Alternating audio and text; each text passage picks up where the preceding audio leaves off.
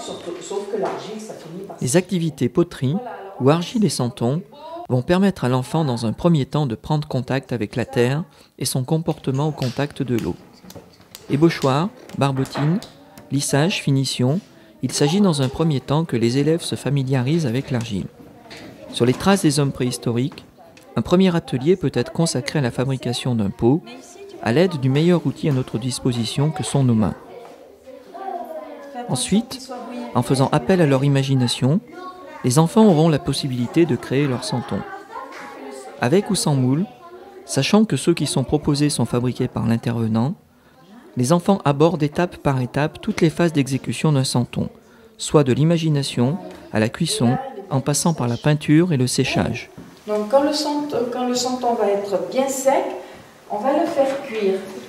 Et la cuisson de l'argile se fait à 980 degrés.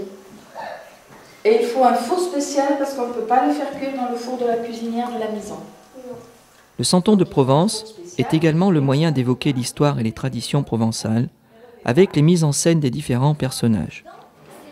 Des séjours à thème, comme Fêter Noël en Provence, sont en plus l'occasion de travailler sur l'écriture de contes provençaux, de danser sur des musiques traditionnelles ou de terminer un repas provençal par les fameux 13 desserts. Cette approche de l'argile, basée sur la création d'un santon, peut être adaptée selon les demandes des enseignants à toute forme d'élaboration et d'approche des techniques de poterie. L'activité argile peut être menée de façon très ludique et permet de développer chez l'enfant son imagination et son habileté manuelle.